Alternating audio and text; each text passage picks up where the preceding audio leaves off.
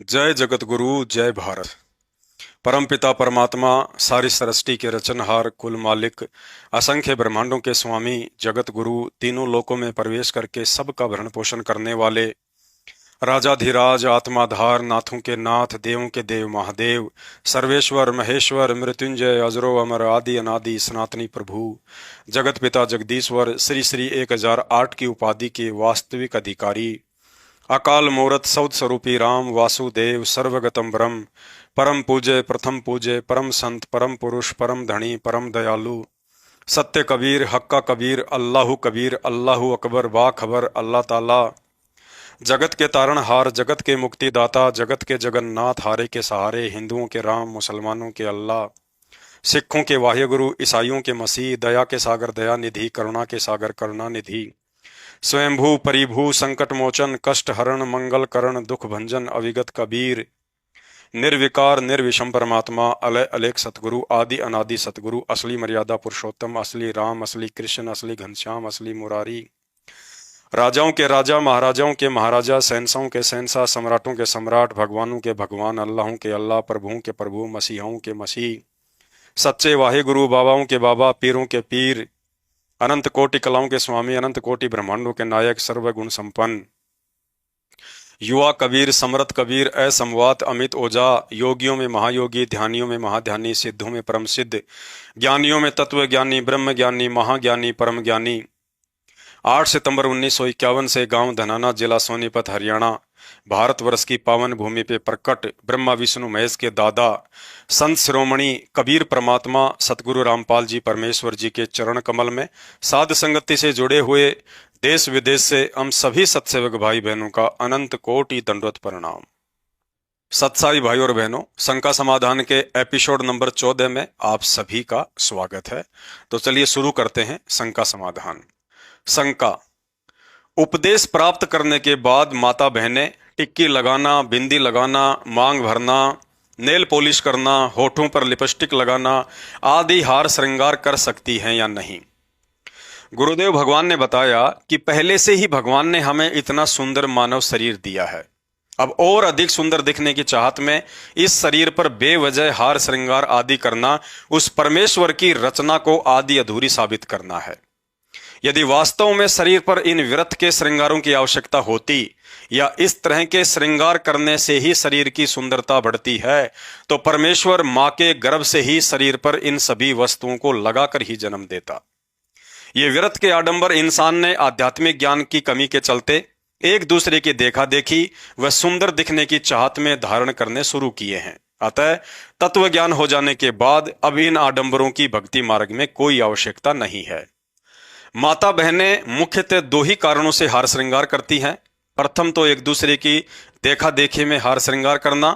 यदि उपदेश प्राप्त करने से पहले ज्ञान की कमी के चलते हार श्रृंगार करने शुरू किए थे तो आज गुरुदेव भगवान ने सत्संग कर करके उस कमी को भी पूरा कर दिया है। भगत ने दुनिया को देखकर उनकी बराबरी नहीं करनी बल्कि अपने गुरुदेव के सत्संगों को आधार बनाकर ही भक्ति मार्ग पर सफलता प्राप्त करनी है। दूसरा, यदि माता बहनें अपने पति को खुश करने के लिए हार श्रृंगार करती हैं तो नाम दीक्षा लेने के बाद यह ज्ञान हो जाना चाहिए कि अब हमने शरीर के नश्वर पति को नहीं बल्कि आत्मा के अविनाशी पति गुरुदेव भगवान को ही प्रसन्न रखना है। और गुरुदेव भगवान को इस नकली हार श्रृंगार से नहीं बल्कि उनके वचन में रहकर आजीवन भक्ति करने से ही प्रसन्न रखा जा सकता है।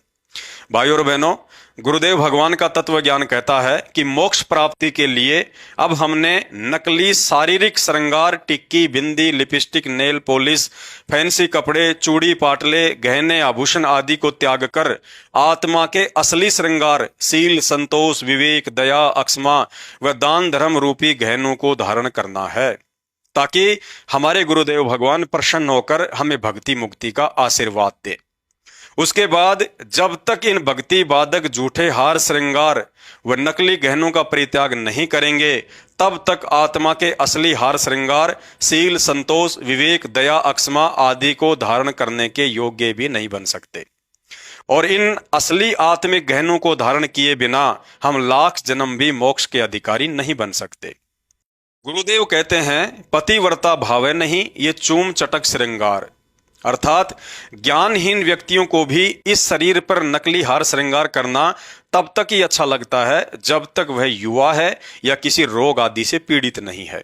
जबकि बुढ़ापे में शरीर निढाल हो जाने पर, कोई भयंकर रोग हो जाने पर या परिवार में किसी प्रिय व्यक्ति की मौत हो जाने के उपरांत यदि कोई आपको कहे कि चलो ब्यूटी पार्लर चलते हैं मेकअप करवाने या डिस्को बार में चलते हैं मौज मस्ती करने, परंतु उस दुख की घड़ी में उस व्यक्ति की किसी भी हार श्रृंगार व मौज मस्ती के साधनों में रुचि नहीं बनती है, उसे सब कुछ फीका सा लगने लगता है।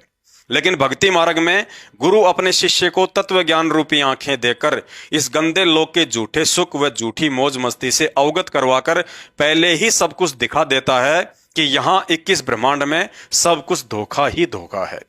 इसलिए भाई और बहनों, जो विशेष रहम आज गुरुदेव भगवान ने आप और हम चंद आत्माओं पर किया है, इसे शब्दों में बयान नहीं किया जा सकता। अतः समझदारी इसी में है कि उनके प्रत्येक वचन पर पूरा विश्वास करके आजीवन मर्यादा में रहकर भक्ति करते हुए स्वयं के जीवन को भी सफल बनाएं और आने वाली पीढ़ियों के लिए एक उदाहरण बनकर जाएं कि कैसे अपने गुरुदेव को ही पूर्ण ब्रह्म परमात्मा कबीर साहिब मानकर उनके प्रत्येक वचन को पत्थर की लकीर समझकर आजीवन मर्यादाओं से बंध कर भक्ति करके उन्होंने सतलोक प्राप्त किया। पतिव्रता और सुहेलड़ी सेवन अधिक अपार, पतिव्रता भाव नहीं ये चूम चटक श्रृंगारे।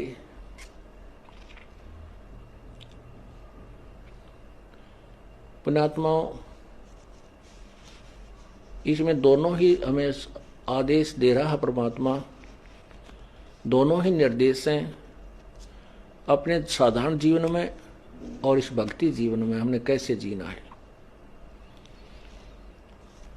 पतिव्रता और स्वेलड़ी सेवन अधिक अपार, वो अधिक से अधिक जो पुण्यात्मा है, पतिव्रता यानी एक इष्ट पर आश्रित पर पुण्यात्माएं हैं, वो अधिक से अधिक सेवन यानी पूजा करती हैं।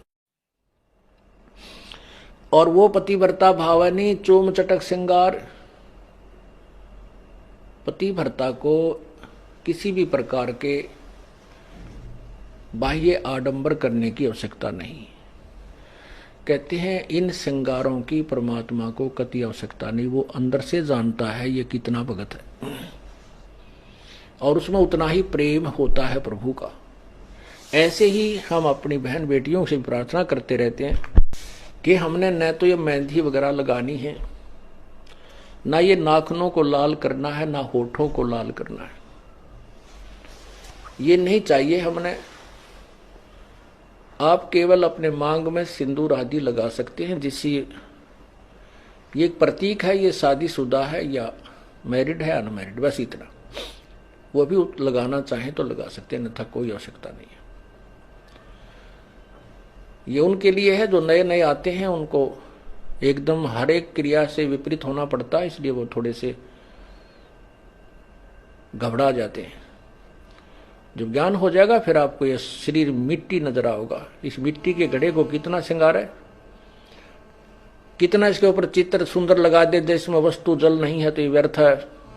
तो शंका समाधान में आज केवल इतना ही। शंका समाधान के और अधिक वीडियो देखने के लिए हमारे Facebook page Pawan Das is live को फॉलो करें। वीडियो अच्छा लगे तो शेयर करें। बंदी छोड़ सतगुरु रामपाल जी परमेश्वर जी की जय हो।